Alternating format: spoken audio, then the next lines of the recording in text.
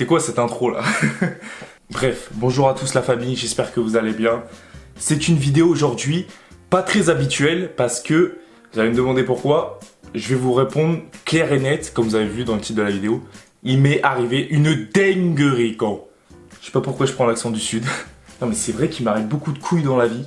Et justement, ça, c'est l'exemple concret, du moins, je pense, le plus gros exemple que je peux avoir. Et oui, en effet, j'ai failli mourir en sauvant tout simplement quelqu'un. Voilà. C'est quoi cette histoire encore? Avant de commencer cette explication, j'attends que tu t'abonnes à mon Instagram tout de suite ici. Voilà, abonne-toi. Vas-y encore, j'attends encore un peu pour les petits retardataires. Vas-y. Voilà, c'est bon.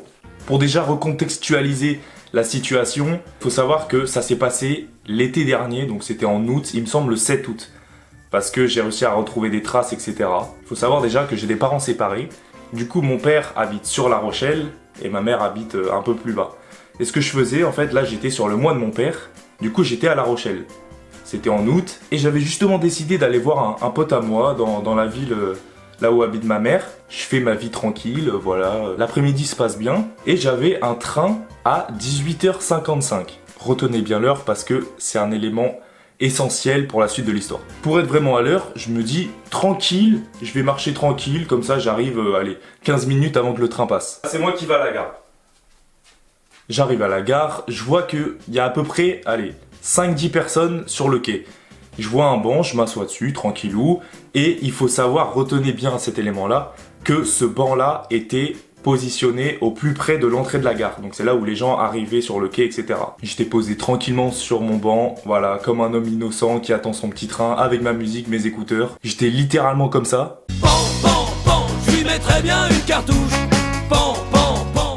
Et là, il faut savoir qu'à peu près, je suis arrivé à 40 à la gare, il était à peu près, allez, 43, 44. Et c'est là où la dinguerie va commencer, c'est là où on va commencer à rentrer dans le cœur de l'histoire. Du coup, comme je vous ai dit, je suis tranquillement posé, etc. Voilà, je regarde à droite, à gauche, tranquille. Et au bout d'un moment, je vois une dame arriver en boitant. Déjà, je me suis dit, c'est quoi cette merde? Et comme je vous ai dit, du coup, le banc était à l'entrée de la gare, justement pour arriver sur le quai. La dame arrive, etc., près du banc, et c'est pas, je vois un visage écorché, un torse écorché, avec plein de sang, un peu scarifié, etc. Ma réaction, je vous jure, j'ai dit, mais c'est quoi ce beans?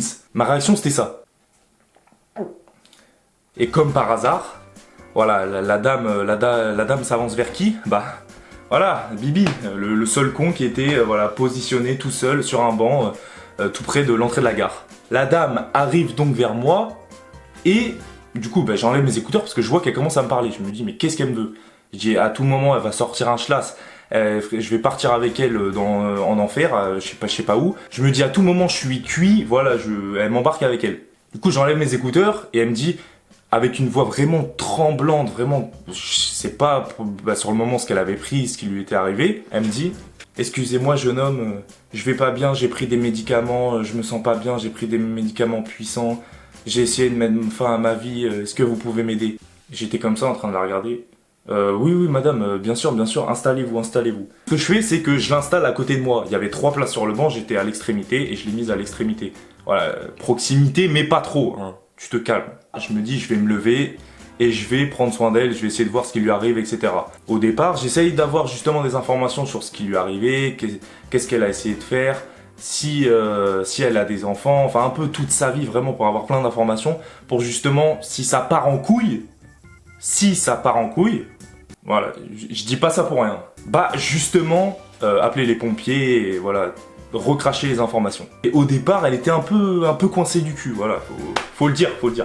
Elle voulait pas trop me répondre, elle était en mode non mais vous inquiétez pas, je veux juste que vous restiez avec moi, etc. le temps que j'aille mieux. Du coup je me dis ok bon, c'est pas grave, si le train passe, c'est pas grave. Je me dis bon, autant rester avec elle, voilà, je veux qu'elle aille mieux, etc. Du coup je vais rester avec elle parce que je sais qu'après il y avait un deuxième train à 19h20, 25 minutes après mon premier train qui était justement à 18h55. Le temps passe, etc. Je commence justement à avoir plus en plus de réponses à mes questions. Il commence à avoir une certaine confiance entre nous deux, voilà. Et j'apprends que cette dame, elle a 56 ans, elle a 3 enfants, etc. Et je me dis justement, elle a des enfants, faut vraiment que je m'occupe d'elle. Faut pas qu'il lui arrive quelque chose, etc. Surtout dans l'état où elle est. Et j'essaye justement de savoir pourquoi elle a fait ça, qu'est-ce qu'elle a pris. Et elle me dit qu'elle a pris des médicaments, je sais plus, je vous avoue, je m'en souviens plus du nom, mais c'était des médicaments très forts, qui justement, si t'en prends plein, tu commences à avoir la tête qui tourne, tu commences un peu à tomber dans un coma bizarre. Et moi, du coup, je suis toujours là avec mon sac à dos, en train de la regarder, de justement qu'elle ne se lève pas. Comme je vous ai dit juste avant, il y avait, allez, 5-10 personnes, et vu que le train arrivait bientôt, les gens commençaient à arriver dans la gare, etc. Il y avait environ à ce moment-là 15-20 personnes, et c'était environ 5 minutes avant que le train arrive. Au bout d'un moment, je me suis dit, vas-y, j'en ai ras le cul d'être debout, je vais m'asseoir, et je vais continuer à dialoguer avec elle, justement pour rentrer encore plus en confiance avec elle, histoire qu'on soit poteau, quoi. En gros, notre dialogue, c'était... Et madame, vous êtes sûre, ça va bien, etc. Oui. Bref, c'était un peu un dialogue de sourds, c'était vraiment bizarre. J'avoue qu'à ce moment-là, je commençais à avoir un peu de pression, un peu de stress, parce que je me suis dit, j'étais le seul mec à m'occuper d'elle, et les gens s'en foutaient à côté, ils voyaient très bien son état, etc. Et ça retenait bien, parce que c'est quelque chose qui va être choquant, ça va s'aggraver par la suite. Bref, restez jusqu'à la fin de la vidéo, vraiment. Le train arrivait donc à 18h55. Et là, il était à peu près, je vais pas vous mentir, mais je pense à peu près 18h52. Et vous savez, pour les passages à niveau, il y a des barrières et il y a un effet sonore en fait. Ça fait drrrr. Bon bref, je vais pas vous faire l'imitation d'un passage à niveau, c'est complètement con. Là, je me dis, ok, va falloir que je reste avec la vieille dame, voilà. Ouais, la vieille quoi. Là, je me suis avoué à moi-même, putain, fais chier, je vais pas rentrer chez moi plus tôt quoi. Voilà, le bâtard. Sérieusement, il fallait quand même que je m'occupe de la dame.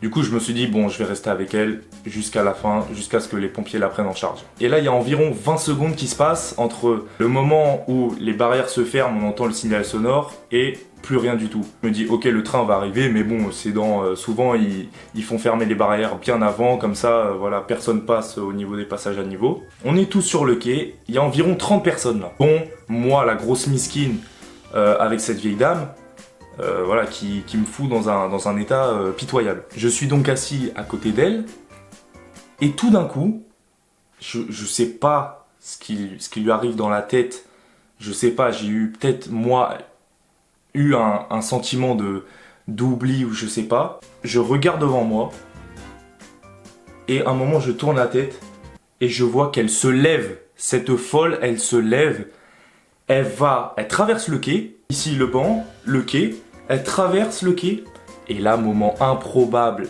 incroyable, tout ce qui commence par inculé, non, ça va pas. Bref, elle se pose sur les rails, elle balance ses affaires sur les rails, et elle s'assoit en tailleur. Donc là, je suis la dame, là, et là, il y a le train qui arrive. Sauf qu'à ce moment-là, la dame, elle était dos au train qui arrivait, sauf que moi, voilà, réflexe de survie, on va dire, réflexe de quelqu'un de citoyen, hein, vous allez comprendre que j'ai été le seul à avoir fait ça. Fallait bien la sauver, cette dame, voilà, fallait bien sauter sur les rails, fallait bien la suivre, aller sur les rails.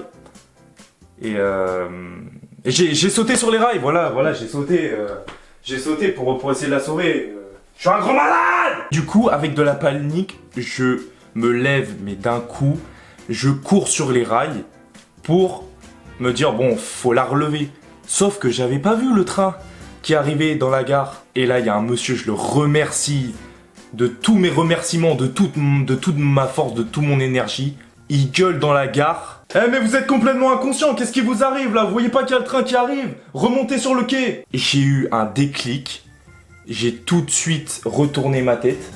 Et je vois le train qui arrivait. Il arrivait dans la gare. À peu près, je sais pas, 30-40 km/h, il s'approchait de plus en plus, il devait être à 30-40 mètres. Je me suis retourné, j'ai eu un sentiment de puissance, j'ai eu une montée d'adrénaline, j'ai réussi à remonter la dame sur le quai, à balancer ses affaires, je remonte, etc., tout paniqué. Et une fois que je suis remonté sur le quai, avec les affaires, avec la dame, sain et sauf, le train est passé 1 seconde et demie, voire 2 secondes, après que je sois remonté sur le quai avec la dame et ses affaires. Je vous jure, j'ai eu un peu un blackout. Sur le coup, j'ai pas tout de suite réalisé que j'ai failli mourir avec la dame, elle a failli m'embarquer avec elle. Et ce sentiment, je l'avais pas pour l'instant, j'avais pas cette conscience de j'ai sauvé la dame, etc. Mon sentiment là, c'était, et mon action, c'était tout de suite d'appeler les pompiers. Du coup, je fais quoi? Je prends mon téléphone, je tape le 18, etc. J'appelle, au bout de 5-10 secondes, il y a quelqu'un au bout du fil. Et avec la panique, etc., je lui dis même pas où je lui dis « Monsieur, venez vite à la gare, j'ai sauvé une dame du suicide, voilà, on est sain et sauf, venez vite. » Sauf qu'avec le bruit du train, voilà, dans la gare, j'entendais rien ce qu'il me disait. Et il me disait, j'entendais des « Ouais, vous êtes où, machin. » Je dis « Ouais, venez, vite, s'il vous plaît. » Il faut savoir que, du coup, quand tu lances un appel aux urgences, il te géocalise grâce à ton téléphone, même si t'as pas ta position, etc. Le mec, il me dit quoi au bout du fil? Il me dit « Ok, vous êtes à la gare de Châtel, c'est ça ?» Je dis « Oui, venez. » À la fin de l'appel, du coup, je raccroche. Je m'assois et je fais asseoir la dame sur le banc et je vois qu'il n'y a plus personne sur le quai. Je peux vous jurer que c'est ça qui m'a choqué le plus. C'est pas le fait d'avoir sauvé la dame, d'être allé sur les rails et d'avoir vu le train à 30 mètres derrière moi qui allait sûrement m'écraser. C'est justement ça qui m'a choqué le plus dans cette histoire. C'est le fait que les gens ne viennent pas au secours des autres. Et qu'ils aient laissé surtout un jeune s'occuper d'une vieille dame et qu'ils aient continué tout simplement leur journée en rentrant sur La Rochelle ou je sais pas où. Le temps que les pompiers arrivent, etc. Je laisse la dame s'asseoir. Je me suis dit, vas-y, il n'y a plus de train qui arrive. Je m'écarte un peu à 10 mètres et j'appelle mon meilleur pote, du coup Théo. Je l'appelle, je lui dis, frère, je te jure, je viens de sauver quelqu'un du suicide. Mec, je te promets, mec, je l'ai sauvé, etc. Et lui, il comprenait pas justement. Bon, un peu normal parce que t'as un mec qui t'appelle à 19h qui te dit qu'il a sauvé une meuf. Tu dis arrête tes conneries frérot, je te connais depuis 10 ans, arrête d'inventer de la merde. Et après cet appel justement j'entends la sirène des pompiers, du coup je me rapproche de la dame et je lui dis madame vous inquiétez pas, voilà les pompiers vont arriver. Et elle totalement inconsciente encore, voilà, elle me fout encore plus dans la mouise, elle m'en a fait baver la vieille quand même. Elle me dit cette vieille dame, oh non, je veux pas les pompiers, non, je vais partir d'ici. Je lui dis, mais non, toi tu vas rester, toi. J'ai failli crever sous un train avec toi, avec tes conneries de médicaments et de je sais pas quoi. T'inquiète pas que tu vas rester avec moi. Du coup, je lui invente une excuse du turfu. Je lui dis tout simplement, ah non, mais vous inquiétez pas, madame, c'est Ouais, non, c'est la police qui arrive, c'est pas pour vous, c'est pas pour vous. Du coup, elle me croit, voilà, beau gosse comme je suis, elle me croit, quoi. Et justement, c'était les pompiers, du coup, ils la prennent en charge, etc. Les gendarmes arrivent, ils me questionnent sur l'action que j'ai faite, etc. Ils prennent mes coordonnées, mon adresse email, tout, vraiment, mon âge, mon adresse, mon numéro de téléphone, à croire que c'était moi qui avais poussé la dame, tu sais, sur les rails et que j'étais en garde à vue, genre, à croire que c'était moi qui allais la tuer. Après ce jour-là, il me semble que c'était du coup le 7 août que c'est arrivé.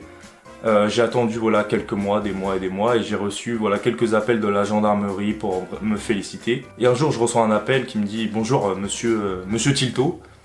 Vous allez être convoqué pour une remise, pour une médaille, pour vous récompenser de votre acte de bravoure, de courage. » Au début, je vous avoue, j'y croyais pas trop. Je me suis dit, j'ai sauvé une meuf, pourquoi me récompenser? C'était un acte un peu citoyen. Après, quand je vois tous les autres clébards, tous les autres bolos qui sont rentrés dans le train et qui m'ont pas aidé, je me dis, ouais, j'ai quand même fait un truc de zinzin, quoi.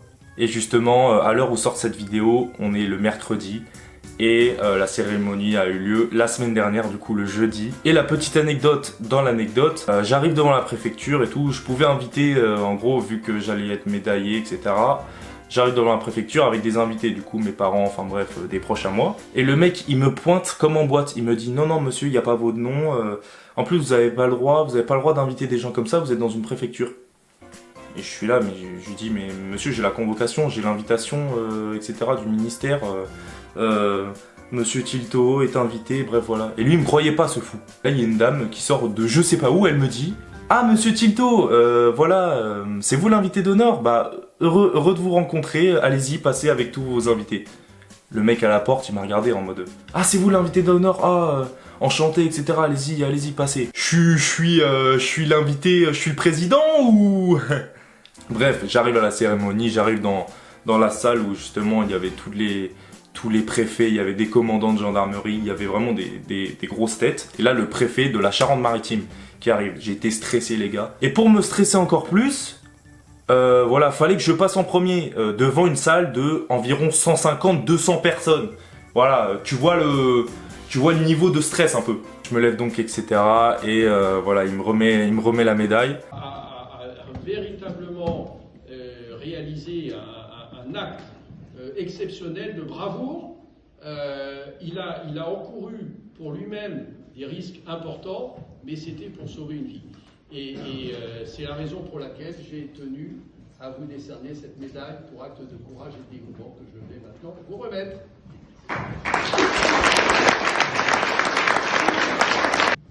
Tito Hollande, au nom du ministre de l'Intérieur et des Outre-mer, nous vous remettons la médaille pour acte de courage et de dévouement.